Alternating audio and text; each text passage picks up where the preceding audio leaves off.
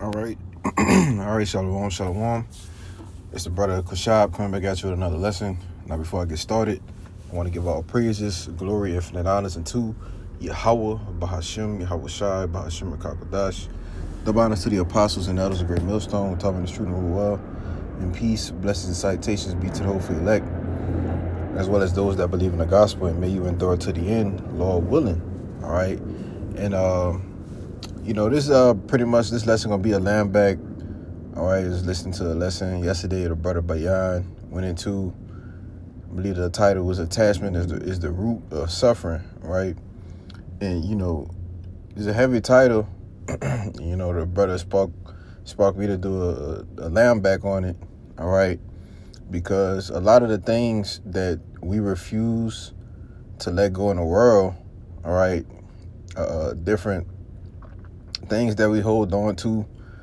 It can be, I don't know, people, all right, relationships, all right, different things that ultimately we have to put off in order to grow in the spirit.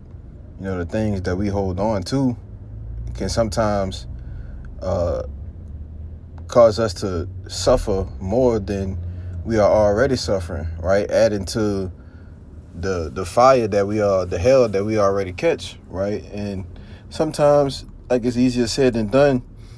As a parable Yahushua said, if thy right hand offend thee, cut it off. And some things, we just do better just cutting off, man. All right, because the things that we don't cut off, that's a hindrance to us. The things that we don't cut off that's a hindrance to us can ultimately come back and bite us in the ass, man. And just speaking to myself first and foremost, because it's definitely something that I myself struggle with, different things.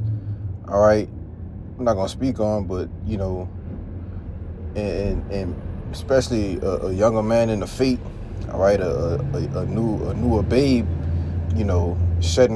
putting off the old man is definitely a fight. It's something that you would definitely struggle with, right? But at the end of the day, it's better that you just let those things go, all right, and cut those things off rather than add to your affliction, all right? So this is this is what the brother brought out in this lesson, all right? And just going into this analogy, all right, in which this is very relatable to what we go through, all right? Now it says the baboon salt analogy, often used to illustrate Dave Chappelle's Bushman story, highlights the importance of letting go of something valuable to gain something even more valuable. You see?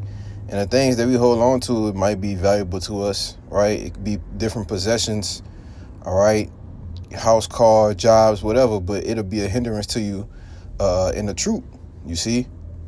And it's better to, let those things go, all right? Cut it off, I'd rather, cut those things off than actually offend Yahushua, all right? Or offend your own self, man. Or bring an offense to yourself, all right? And even to the other argument as well, all right? Now this, it says, here's a breakdown of the analogy, right? I'm gonna run through it real quick. It says, the setup, a bushman places a lump of salt in the hole, knowing baboons love salt. The baboon trap, drawn to the salt, reaches in a hole and grabs it and becomes trapped because its hand swells. The bushman then either takes the baboon, gives it all the salt it wants, and then lets it go, or waits for the baboon to let go of the salt. The baboon's insight or lack thereof. It says the baboon fixated on the salt fails to realize that letting go of the salt is the key to escaping the trap and finding water. You see? And sometimes, we use this metaphor, metaphorically speaking, all right? It says that it fails to realize, all right? And sometimes when we're going through certain things, we don't even realize that, this has been a hindrance to me. Well, I need to cut this off or let it go. You see?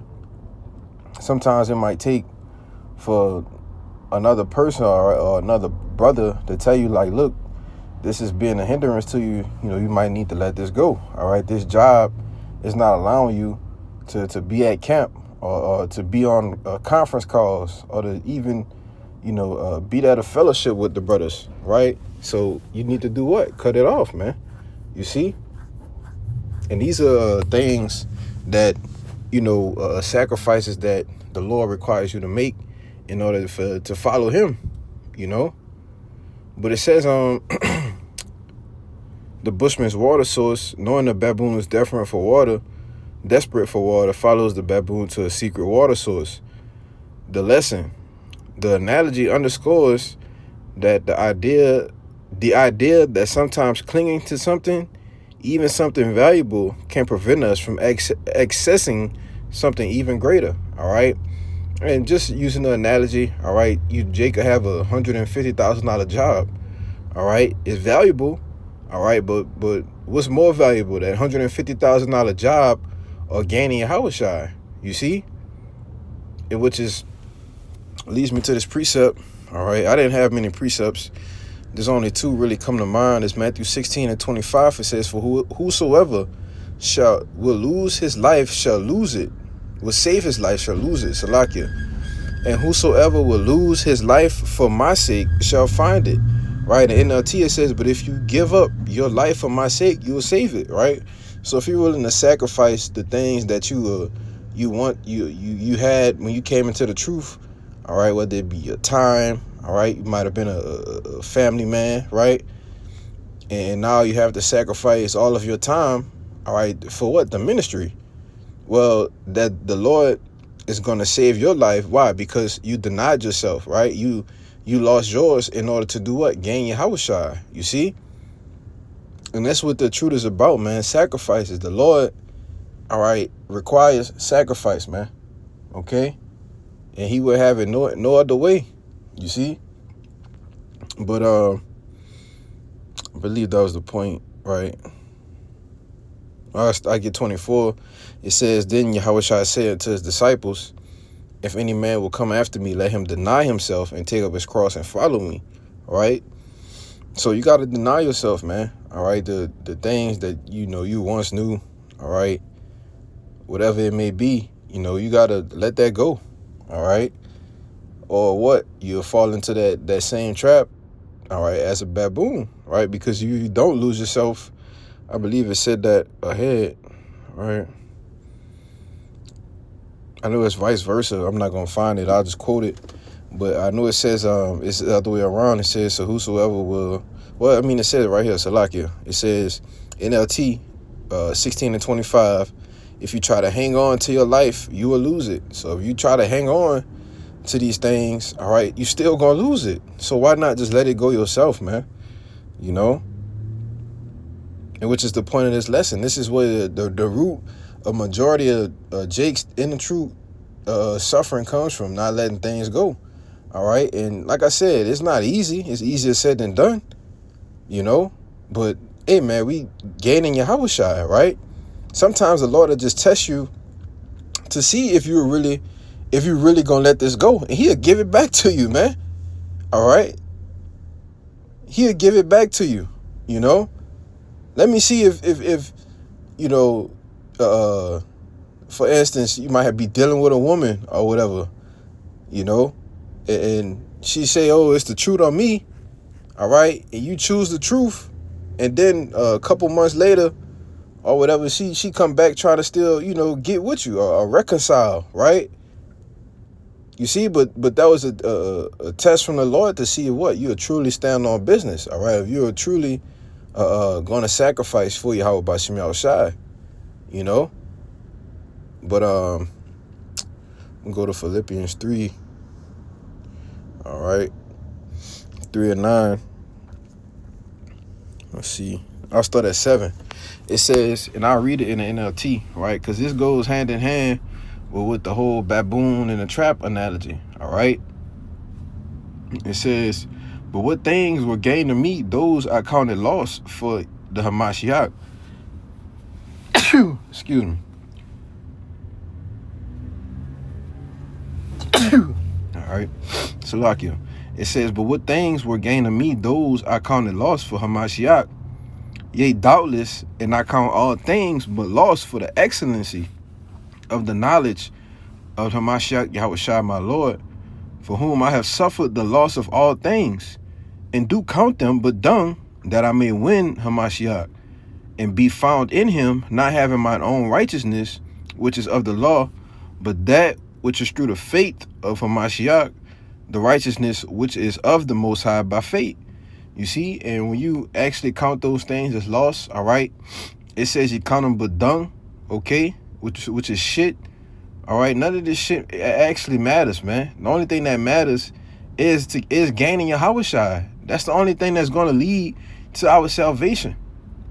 All right, it's to gain Yahushua, to be willing and ready to sacrifice the cares of this world, man. You see, it's I read in NLT, it says, I once thought these things were valuable, but now I consider them worthless because of what Hamashiach has done. You see, the things that you thought was valuable, right? As it says in the highlighted part, the importance of letting go something valuable to gain something even more valuable. You see, that's the point of the lesson, right? Now it says, verse 8, yes, everything else is worthless when compared to the infinite value of knowing Hamashiach Yahushua my Lord. So what's to be compared to actually knowing Yahushua, man? All right, to even have the chance to know Yahushua. What's more valuable than that, man? What's more valuable? Okay? Yeah, you might have things that are valuable in the world, but what's more valuable than having Yahushua on your side, pleading your cause, man? Having the opportunity to be a chance to be a part of the elect, all right? To be a part of the first fruits of the kingdom of heaven, to sit and have a seat at the table with Yahushua and rule the earth forever, man. What's better than that? You see? So when you compare the two together, it really doesn't hold a candle to it, because we know the fashion of this world is passing away, which is why we know that everything else is worthless, all right, when compared to actually having Yahushua, man, all right, which is the word, you see?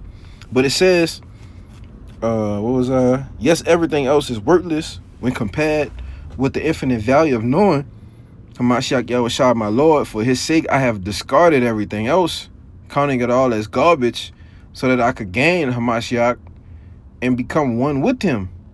You see? And I no longer count my own righteousness through obeying the law, rather, but Salaki, I become righteous through faith in Hamashiach Yahushua. And when you go through these things, the Lord is testing your faith. He's trying your faith. You see? And when you come out on the righteous side of things, what? Your faith get boosted, man. All right? Because to get through the straight gate, we're going to have to stand on faith, man. All right? As it says in Ephesians, the 6th chapter, you know? For the Most High's way of making us right with him himself depends on faith. You see? And when we let these things go to gain Yahushua, all right, they're showing our love, all right, our faith that we truly believe in Yahweh B'Shem Yahushua, you know? But, you know, that's pretty much the point. I was just, you know, Lord willing, this lesson was quick, edifying, straight to the point. You know, I just wanted to dive into that real quick. It was something that was weighing on my spirit. So, I don't want to write this out. This lesson was edifying, man. Till the next time, I say shalom.